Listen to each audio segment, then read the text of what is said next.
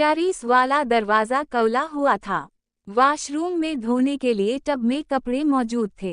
अब ये नताइज निकाले जा सकते हैं जैसे 1. उनकी मौत तबई नहीं हो सकती।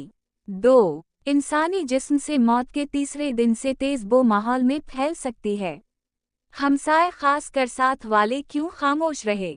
3. ये भी मुमकिन है कि कत्ल के बाद लाश की बो ख़त्म होने पर उसे फ्लैट में वापस लाकर रख दिया हो।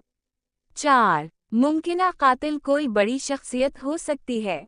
भारत की माजी की मशहूर अदाकारा परवीन बाबी तन्हाई का शिकार थीं।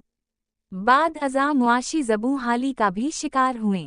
फिर वो एक जहनी बीमारी का शिकार हुए जिसमें मरीज को ये खदशा लाहक हो जाता है कि लोग उसे कत्ल करना चाहते हैं। वो भी अपने फ्लैट में मुर्दा पाई गई थीं। हॉलीवुड के अदाकार रॉबिन विलियम्स ने डिप्रेशन की वजह से खुदकुशी की थी, जबकि कैट स्पीड ने माली आसूदगी के बावजूद जिंदगी का खात्मा किया था। एनगस क्लाउड और हेथर लेजर ने मंशियात की ज़ियादती की बना पर मौत को गले लगाया।